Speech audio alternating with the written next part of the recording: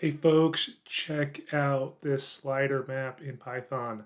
We've got NDVI on the left, a Sentinel-2A image on the right, and we can just slide across here, and this is directly in a Jupyter notebook using Python, and I'm going to show you how to do that right now. To get started, let me walk through what we're going to do really quick. So first, we're going to set up a Python environment with the packages we need to perform this. The main package we're going to use is leafmap. We also need some other support packages. So we'll use Anaconda and Mamba to do that. Then we'll pull up a Jupyter notebook in Visual Studio Code, and we'll write through the code to pull in the Sentinel image, perform the NDVI analysis, and show both those things on a split screen interactive map. Let's go ahead and get started. Okay, so I have my Anaconda prompt open here. I'm using Miniconda, and I also have Visual Studio Code open in the background. Let's start by creating an environment. So we'll do conda create -n. I'm going to call this split, my environment name, and I'm going to use Python equals 3.10. We're at Python 3.12 now. I find I just get better reliability if I go a couple versions back. So let's do that and create this environment. Once this gets created, we're going to install Mamba. I like to use Mamba to install packages because I believe it is faster. I'm going to do a video on that. So if you want to see the video on a comparison of Mamba and Conda for installing Python packages, go ahead and subscribe and you'll be notified when that comes out. I'm just going to pause this while the environment itself. Oh, we no need to. We're there. Let's hit yes, and let's get this environment created. All right, our environment's created. I'm going to activate split, and once it's activated, we'll do conda install Mamba, and we'll wait for this to install. And it didn't install because I made a mistake. We need to install from the conda forge channel. So conda, we can just go up to the same command, and if we just put a -c conda -forge Mamba, that should work for us. So we'll say yes to install this package and wait for that to complete. Okay, so now we have Mamba installed. We can install other packages. We can do Mamba install -c conda forge. We're going to install GDAL, Goodle, whatever you want to call it, GDAL. And we're going to hit enter, and we'll let this go through the installation process. And we'll confirm the changes. And now the installation begins. Okay, we have GL installed. Now let's do Mamba install -c conda forge, and we'll do leafmap. And we'll make sure this gets going, and then we'll wait for the installation to happen. And we'll confirm the changes and wait for the install to happen. Okay, we're done. Both of those packages took a little bit of time to install. Now, I just need to make sure we have X-ray installed. It may have been installed with one of the other ones, but I'm not sure. So we're going to do conda list X-ray, see if that pops up. And we do not have X-ray, so let's install that real quick with Mamba. Mamba install -c conda forge X-ray. I could be just reusing my commands, but I'm typing them all out so you can see what I'm doing mostly. Okay, so once this X-ray gets installed, then we're going to go to Visual Studio Code, to the notebook, and actually start working. While X-ray is getting installed, we can actually start working on this. So let's go do that now. So I have just Visual Studio Code opened up here. I have a folder. This is a notebooks live for live coding notebooks. I just started it. I'm going to add a new file to this folder, and I'm going to call it leafmap split .ipynb for ipynotebook. Now you should have had Jupyter installed when you installed leafmap. Now if you want to run this directly inside of Visual Studio Code, you're going to need to make sure you have some extensions installed here. You are going to need to install the Jupyter notebook support. If you install that, it should install all the dependencies. So you can go to the extensions tab here and make sure that's installed. All right, so to start, we're going to from OSGeo import GDAL, import leafmap, and import xarray as XR. Okay, and we can select the kernel here. So if you go to select kernel, this will bring up our Python environments. And let's see, we want to select split here, and I can get rid of that message. Okay, so we have that. I'm not going to run that yet because I'm going to wait for my install to finish, and we can go check that now.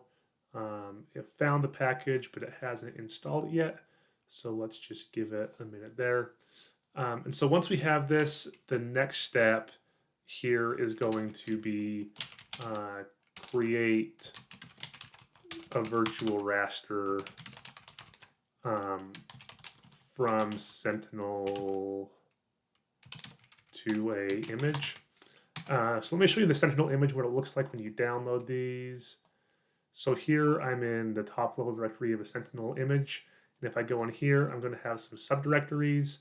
I want to go into Granule. I want to click on this folder here. I'm going to go into image data, and I'm going to have a list of bands. These have some XMLs because I've loaded them into QGIS. Usually you won't have those. We have an image for each band, and we're going to need to load those in. So what I'm going to do is I'm going to come over and I'm going to grab this file path, and I'm going to paste this in as my send to a base. And I'm going to paste this in as a raw string because it has backslashes because I'm using Windows. And then I'm going to put a backslash in at the end here. I'm going to go back to my directory, and I'm going to copy this file name here.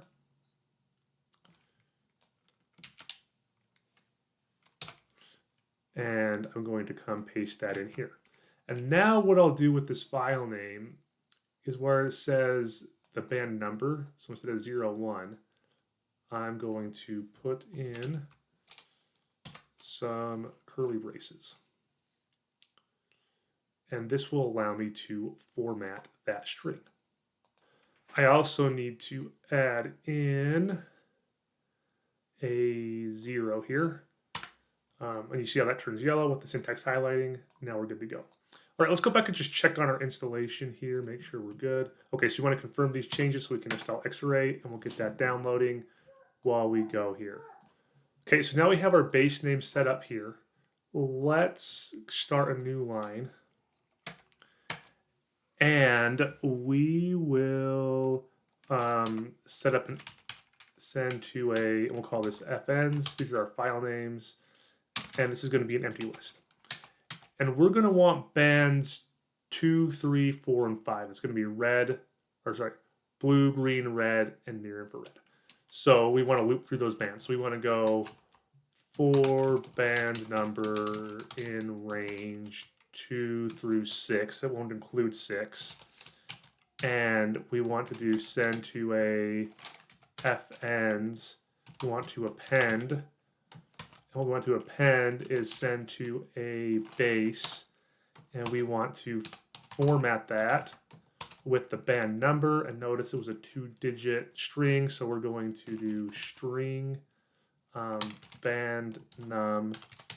And then if we do a dot zfill to 2 digits, it will give us leading zeros. Okay, and so that's going to give us the list of those 4 Sentinel-2A file names that we want to include in our virtual raster. Now, while we're here, let's go check and see if Xarray finished installing, and it did. So we should have everything we need in our Python environment. So before we go any further, let's go over here and let's just hit Control-Enter to run this code and make sure all our packages import properly. Because that's going to be key. If we don't have those import, we're going to have to figure that out. And that turned green, so everything looks good. We got everything imported. We're good to go. Okay, so now for the next part, we have those file names. Now what we need to do is we need to create our virtual raster that's going to stack all these together in one raster. So this is easy to do. We're going to make a variable called send2VRT. This is going to be a virtual data set. We're going to use gdal.buildVRT. And here we're going to specify a file name. Actually, I'm going to specify a file name up here. I'm going to call it VRTFN. And it's going to be a relative file path. So I'm going to do a ... to go up a level. I have a data directory that's up a level. I'm going to put it there. I'm just going to call it my.vrt. And so with our VRT here, what we want to do is give it the file name for the VRT to create, so VRTFN, and now we're going to give it a list of file names, to create from. And we want to give it one more parameter, which is separate, equals true. And so what this does is it's going, if we don't put separate, it's going to include all those data in one band and average them. If we say separate, it's going to create all those images in different bands and stack them. Now, what's going to happen here is going to create these as the resolution is going to be an average of the input bands. That's fine. We'll just leave it as that for now. Okay. And now we're good to go. We don't need anything else at this point. So let's go ahead and run this. And actually, one more thing we're going to do. Now we're going to do send to VRT equals none. So what this will do is this will create it, and then after it's created, it's going to close it. So we're not going to have this variable accessible anymore, but that's okay because we're going to load this in as an X-array to perform the analysis.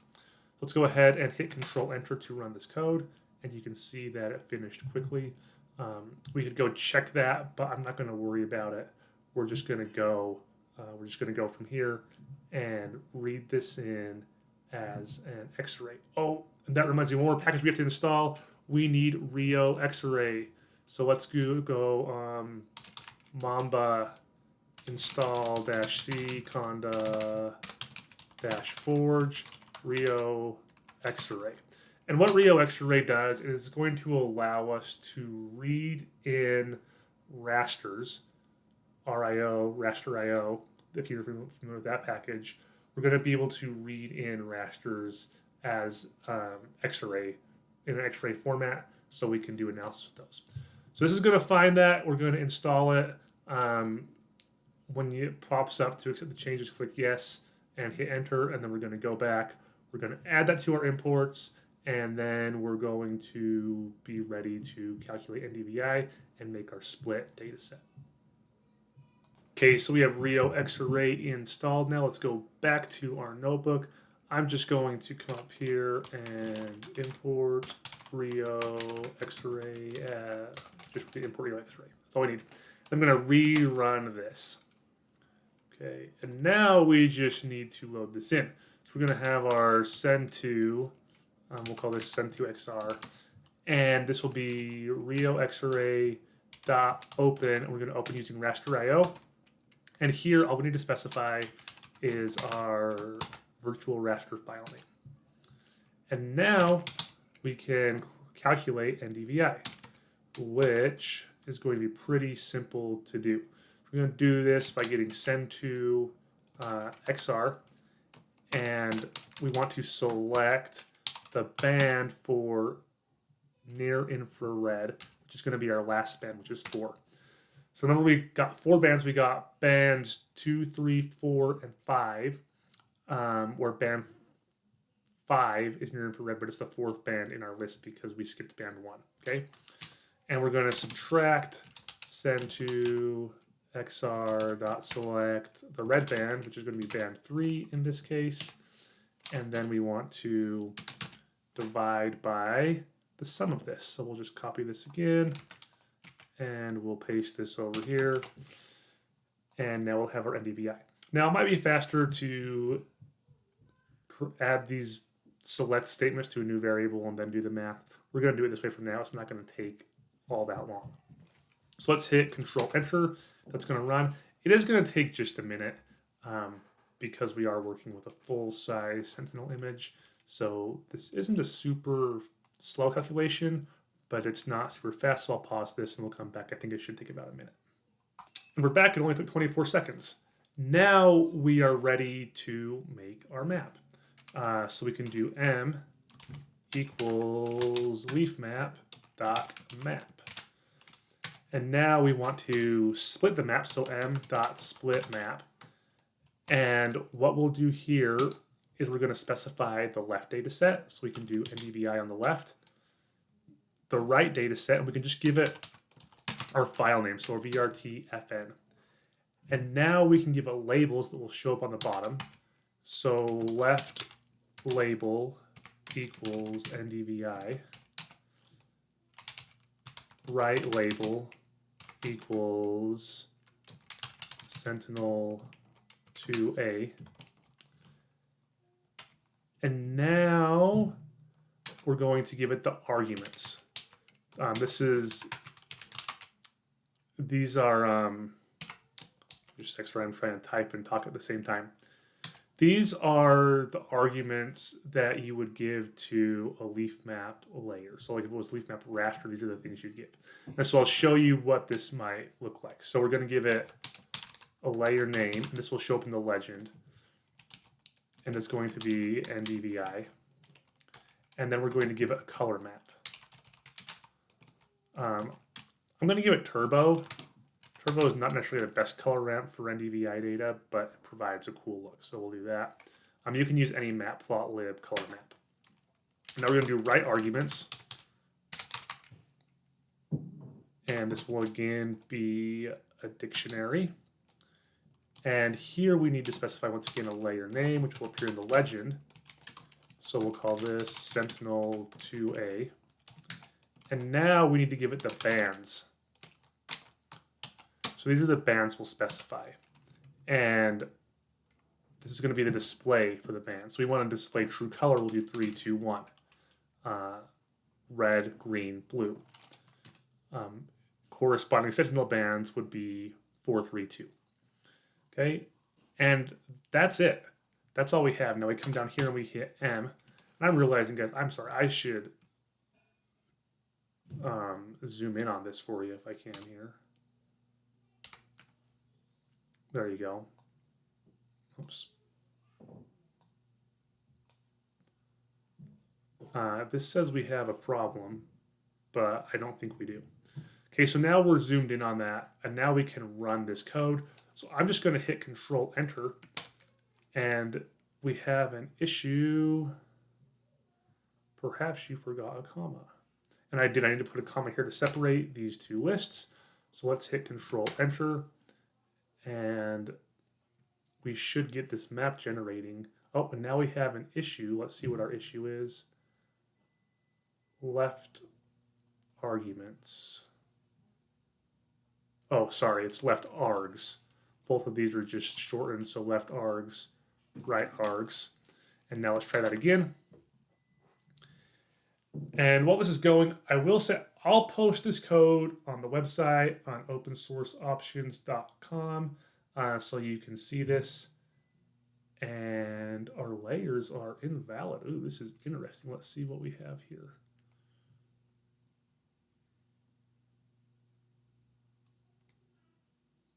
Our error local tile server is not installed. Okay, so we need to install one more package here. So let's go back over here and let's do mamba install-c conda forge, and it's local tile server. Okay, so let's get this installed. I'll pause it and I'll come back. Like I said, I'll put this notebook with some explanation up on opensourceoptions.com. You can visit it at the link in the description. Okay, we've got local tile server installed. Back to our notebook. Let's run this code again, and hopefully we don't get an error this time. Okay, so this might take a little bit to load. We are looking at loading some pretty hefty layers. We haven't got an error yet, so I'm taking that as a good sign. I'm going to zoom out so we can see this map better once it comes up. And I'll come back when we have something to show. Okay, so it took 25 seconds for this map to load up. It's not all the way loaded. We just have the base map. And you can see we have this spinning wheel. That means our layers are loading, and hopefully everything is going to load properly with them. You can see we have this slider button down the middle, and when I hover over, I get these arrows. So let's hope that everything works out properly. All right, that took a couple of minutes to load, but you can see we now have our slider, and we can slide back and forth between the imagery and between the lake. And you can see other lakes pop up in there as well. Or sorry, between the imagery and the NDVI, you can see those lakes pop up with very low NDVI values. The cities have moderate values, and then the forested areas have the higher values, which are shown in dark blue. This map is fully interactive. We can pan around. We can zoom in. Note, if you zoom and pan, it's going to take a while to reload there. So super cool, super useful functionality from leafmap, where you are able to add the slider in to show different images. You can see that it can be slow. My computer is under a little bit of load right now, so it's probably being slower than usual. Now I want to show you something as well here, and we're going to have to rerun this, so it'll take a few minutes. But we can come back and we can change these to a false color band combination. So to do that, we're just going to change this to 4, 3, 2, and I'm going to rerun this section here. And once again, it's going to take a few minutes to load, but I'll come back and show you what that looks like when it's ready. All right, and it's reloaded. You can see here our images isn't great, but you can see how that vegetation is showing up as red now. I'm not going to wait for this to load again, but you get the idea. Really cool stuff we can do with the sliders and have these interactive maps right in our notebooks. Hope you found this useful. If you want to see more on Python and GIS and mapping, go ahead and subscribe so you get notified when these things pop up. Thanks for watching.